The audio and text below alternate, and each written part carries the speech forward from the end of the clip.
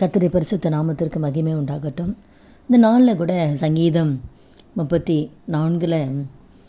18வது வசனம் நாம் பார்க்கும்பொழுது, நொறுங்குண்ட இருதயம் உள்ளவர்களுக்கு கர்த்தர் செவிமாக இருப்பார். இந்த நாளில் அந்த வார்த்தையை கேட்குற ஒவ்வொருத்தர் வாழ்க்கையில் நொறுங்கி போயிருக்கிறீங்களா? வேதனையோடு இருக்கிறீங்களா? பாரத்தோடு இருக்கிறீங்களா? என் கண்ணீரை துடைக்க யாரும் இல்லையா? நான் வெளியில் சிரிக்கிறீங்க, ஆனால் இருதயத்தில் எத்தனையோ வேதனைகள், பாரங்கள் உடைஞ்சி போய் நொறுங்கி போய் இருக்கிறீர்களா?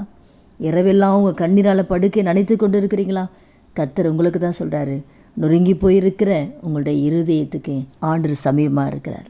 வேதனையோடு இருக்கிற உங்கள் வாழ்க்கையில் ஆண்டவர் சமீபமாக இருக்கிறார். எந்தெந்த காரியத்தை நிமித்தம் நீங்கள் நொறுங்கி போயிருக்கிறீங்க? பிள்ளைகளை குறித்தா? பிள்ளைகளுடைய எதிர்காலத்தை குறித்தா? இல்லை பிள்ளைகள் வாழ்க்கையில் தவறான பாதையில் பிள்ளைங்க போய் கொண்டு இருக்கிறார்களே, இது என்ன செய்துன்னு தெரியலேன்னு சொல்லி பிள்ளைகளை குறித்த ஒரு பாரமா?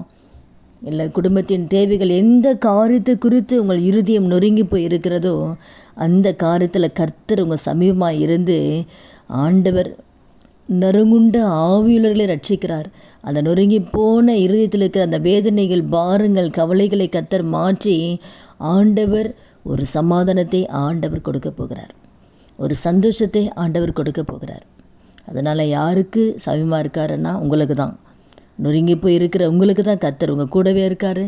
நிச்சயமாக உங்கள் வாழ்க்கைக்கு அது எல்லா பிரச்சனைகளும் வேதனைகளும் கர்த்தர் மாற்றி ஒரு சமாதானத்தை ஆண்டவர் கொடுப்பார். உங்கள் கண்ணீரை கர்த்தர் மாற்ற போகிறனால சோர்ந்து போகாதீங்க. கர்த்தர் உங்களை நேசிக்கிறார், உங்கள் கூட தான் இருக்கிறாரு. உங்கள் எல்லா பிரச்சனையும் கர்த்தர் மாற்றி அற்புதத்தை செய்வார். ஜெபிக்கலாமா? துதிகள் மத்தியில் வாசம் செய்கிற நல்ல தகப்பனே, இயேசுவின் நாமத்தில் இந்த சமூகத்தில் வருகிறோம். இந்த வார்த்தை கேட்குற ஒவ்வொருத்தர் வாழ்க்கையில் யாரெல்லாம் நொறுங்கி போய் உடைந்து போய் அன்று வேதனையோடு பாரத்தோடு கவலையோடு இருக்கிற ஒவ்வொருத்தர் வாழ்க்கையில் நீங்கள் அன்று சமீபமாக இருக்கீங்க. ஒவ்வொருத்தர் வாழ்க்கையில் எல்லா பிரச்சனைகளையும் மாற்றி ஆண்டவரே ஒரு சந்தோஷத்தின் நாட்களை நீங்கள் காண செய்ய போகிறீங்க. அதற்காக நமக்கு நன்றி செலுத்துகிறோம் அப்பா.